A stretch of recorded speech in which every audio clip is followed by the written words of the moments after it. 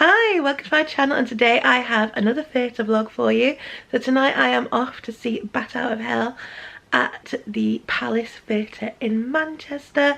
Now I have seen Bat Out of Hell a few times before and it's not my favourite musical, and I thought I wasn't going to go and see it this year. However, I'm having a bit of withdrawal symptoms from musicals and I just really wanted to go and see a musical, and there were some half price tickets for this, so I thought, you know what, I'll go because I really enjoy the music. I'm just not a massive fan of the story, but I thought I'll go and give it another try. I'll enjoy the music anyway if I don't enjoy the story. So yeah, I'll take you along, I'll show you around the theatre, show you the merch, record the curtain call for you, and then I'll review it once I get home as well. So I hope you enjoy this little video. So it's now 6:30. I'm just at St. Peter's Square, just about to walk up to the theatre now. So yeah, I'm going to be really early, but I'll go look at the merch, buy the programme, sit down and read that for a bit, so I'll get back to you once I'm inside.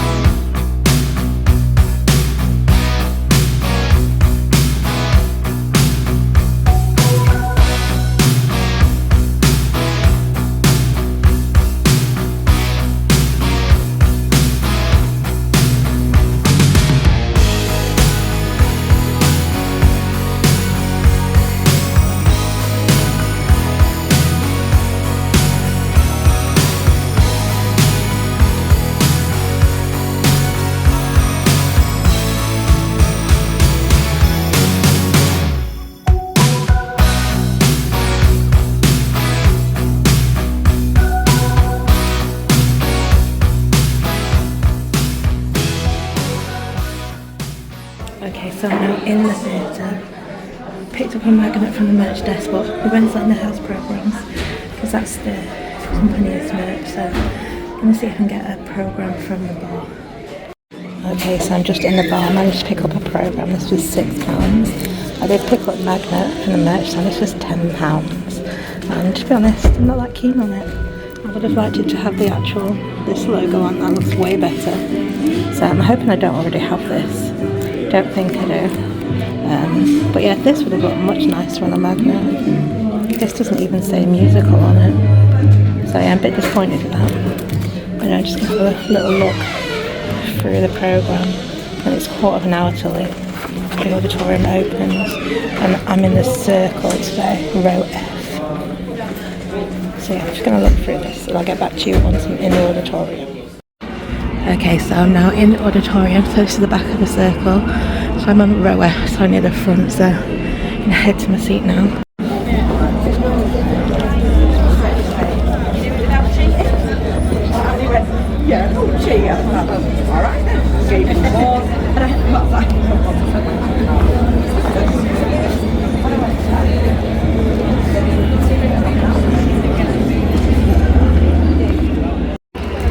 Okay, so I'm now in my seat. I'm on row F, seat 16, and this is my view. So it's a good, clear view of the stage. So I'm trying to remember what they looked like the last time I've seen it.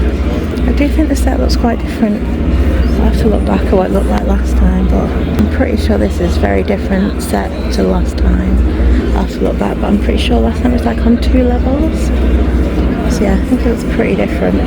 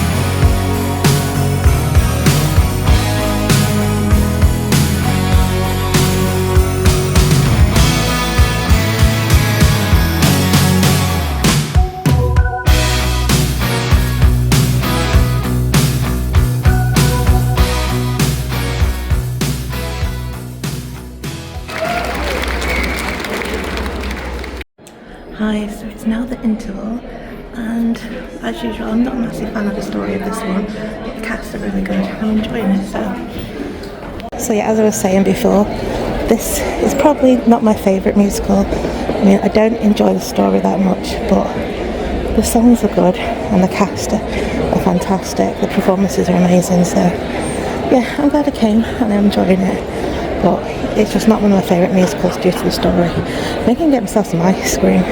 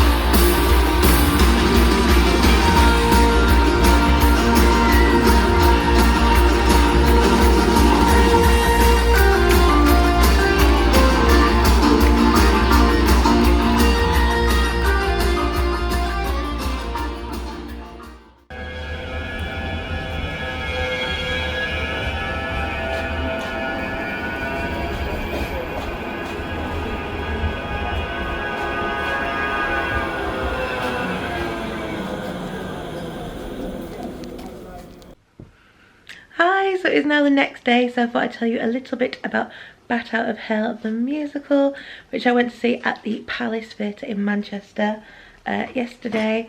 So I went to see the show on Monday, the 3rd of March. The show started at 7:30 p.m. and it had a runtime of approximately 2 hours and 20 minutes, which included a 20-minute interval.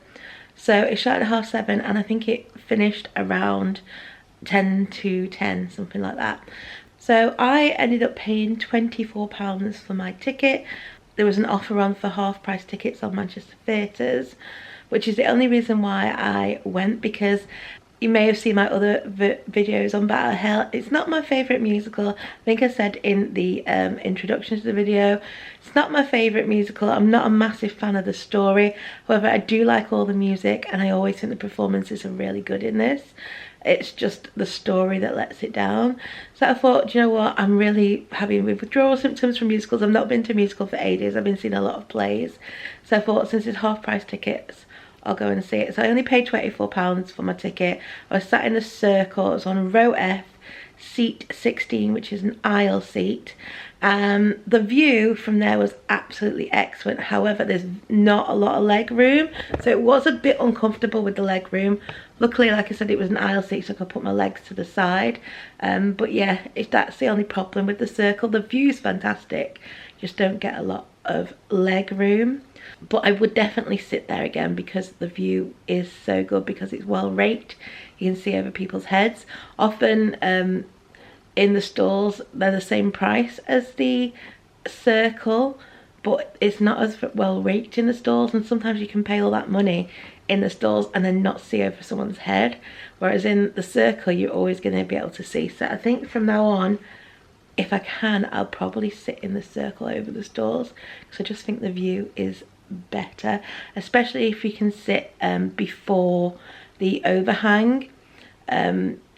Sometimes if you sit and get the overhang, you will miss bits at the top of the stage, but if you can sit before the overhang, your view's excellent. So that was where I was sat.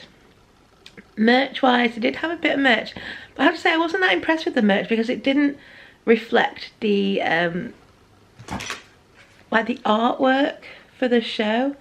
It didn't say Battle of Hell the musical, and maybe they've changed it now and it's not called Battle of Hell the musical, but yeah, it just says Battle of Hell and all the merch, and I didn't really like it. But I did buy a magnet because I don't have a magnet for this show. So that is the magnet, and that was £10, which I think was quite expensive for a magnet, because it's a pretty cheap looking magnet.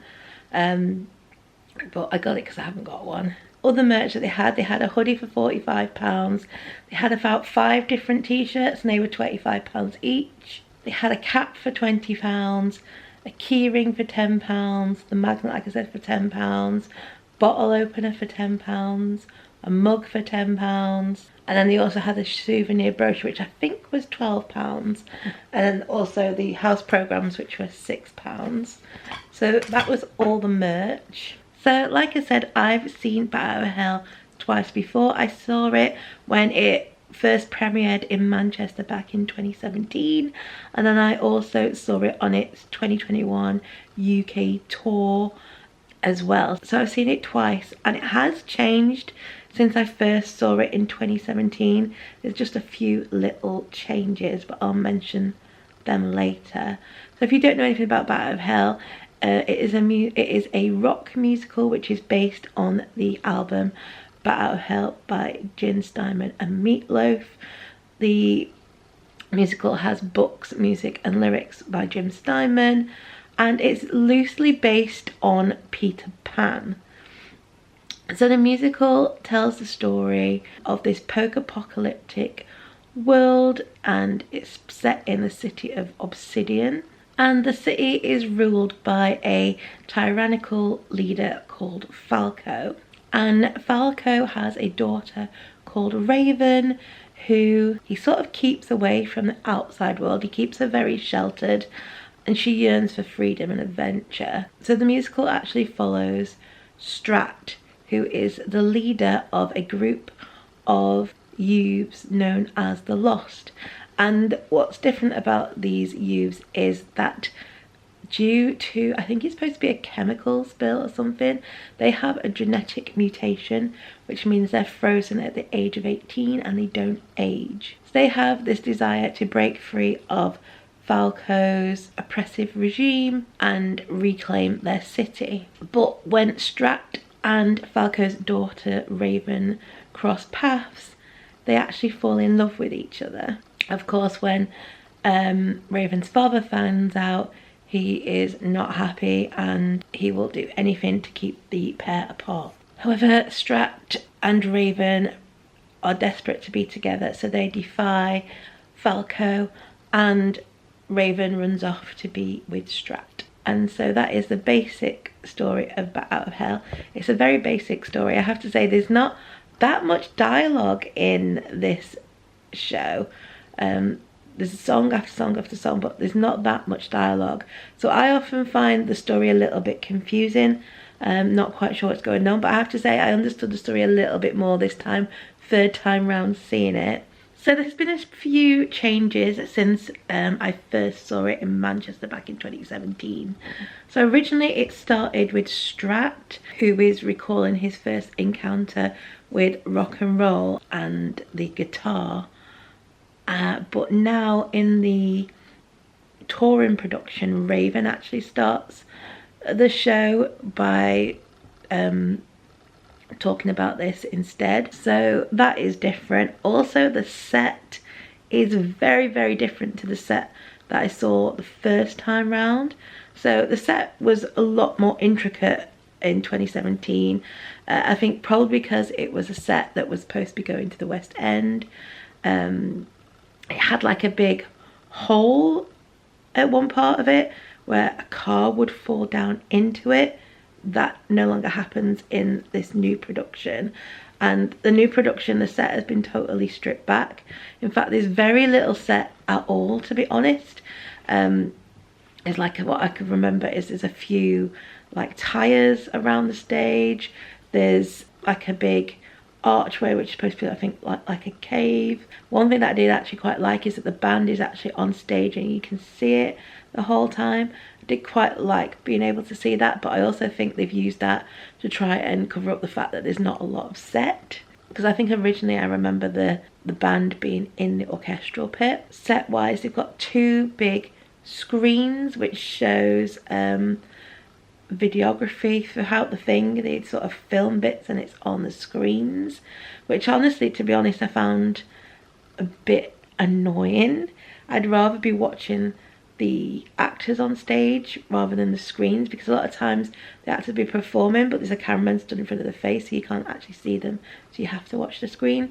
So I did find that a bit annoying. And yeah, the set, it used to be, from what I remember, like a two-story set, and it'd have like a house with Raven's bedroom up on the top tier of the stage. But this time it's just a little room to one side which represents Raven's room. So I say the set is very, very stripped back compared to what it used to be. And also one thing I don't think I remember happening in the 2021 tour or the original in 2017 that I saw, but maybe I'm wrong, is that they're using microphones throughout the whole show, which I didn't quite understand, because when they were talking and doing the dialogue, it just sort of got in the way and it didn't really make sense.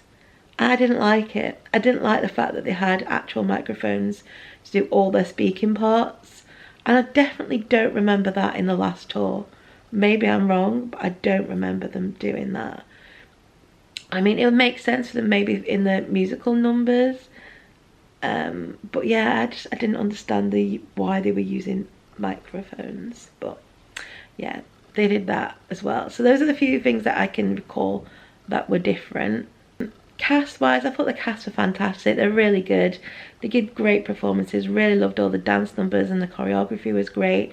The actual performances I think are really good. I just think the book and the story just let it down a bit, and I just wish they did. I just wish it was a bit more intricate and told you the story in a bit more detail, because I do end up getting lost in some bits and not know what's going on. So yeah, like I said, the cast are fantastic. We did have the alternate on for Strat for this show, so we had Luke Street on, and he was fantastic. I absolutely loved his voice. I thought he had a fantastic voice, and I think he might be my favourite Strat that I've seen. Really, really enjoyed his performance. We also had two understudies on. We had the understudy on for Jaguar.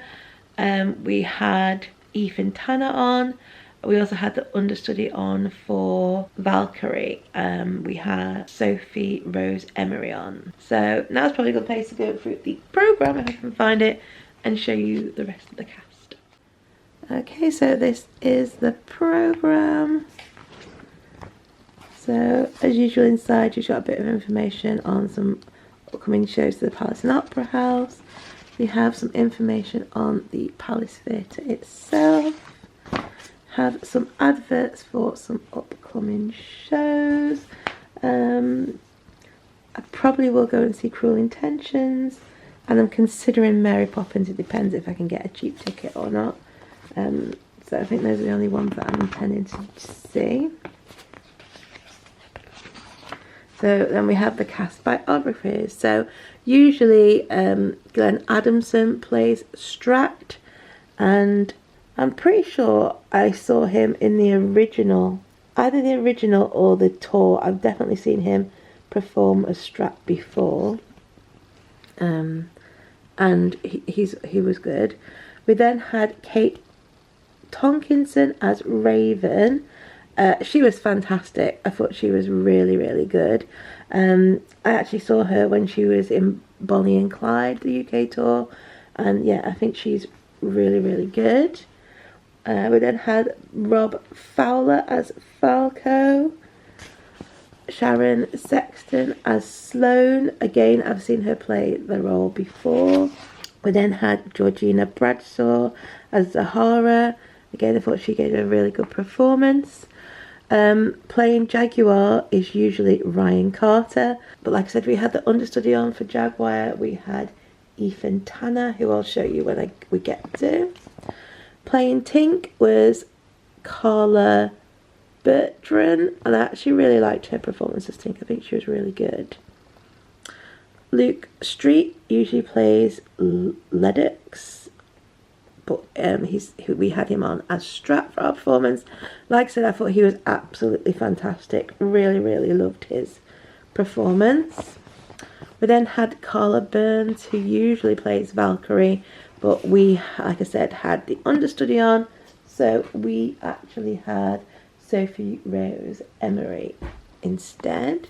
So we had Leo Abad as Denim, Peter Camilleri as Odessute, I'm not sure how you pronounce that, Joseph Denver as Hoffman / alternate Falco. We had Rhys Duncan, who played Esquivel, and he's also the alternate for Leonard. Georgia Holland was Godzilla, and Georgia Udica Davies is the Beshwoosh. Natalie Pilkinson was Cowarden. Harriet Richardson Cockerline was Spinotti. Sophie Rose Emery is usually Scherezzo, but like I said, she was on for Valkyrie at this performance. Catherine Saunders is Mordema, and she's also the dance captain. Ethan Tanner is usually Markovich, but we had him on as Jaguar. Then had Craig Watson, who is Astroganger, and he's also the resident director and fight captain. Then had James Wilkinson Jones as Hollander, Beth Woodcock as Vilmos, and she's also the alternate for Sloane. And then we had Tom Samuels as the onstage videographer. That is the cast. So the musical numbers in the show are, and this is in alphabetical order, All Revved Up With No Place To Go, Bat Out of Hell, Dead Ringer for Love, For Crying Out Loud, Heaven Can Wait, I Do Anything for Love But I Won't Do That, It's All Coming Back to Me Now, Love and Death and the American Guitar, Making Love Out of Nothing at All, Objects in the Rearview Mirror May Appear Closer Than They Are, Out of the Frying Pan, Paradise by the Dashboard Light, Rock and Roll Dreams Come Through, 2 out of 3 ain't bad, wasted youth, what part of my body hurts the most, and you took the words right out of my mouth. So here we have the cast list, alternates list, understudies list, the band, creative team, and the production team. There we go. And then it says here, first performance of this UK tour was at Edinburgh Playhouse on Monday the 6th of January 2025. The show runs for approximately 2 hours and 40 minutes, including 1 interval, and it said the show is dedicated to the memories of Jim Steinman and Meat Loaf. I think I said at the beginning that it was 2 hours and 20 minutes, and this is 2 hours and 40 minutes. It definitely wasn't 2 hours and 40 minutes. It was more like 2 hours and 20 minutes, or 2 hours and 25 minutes. So then have the creative team's biographies.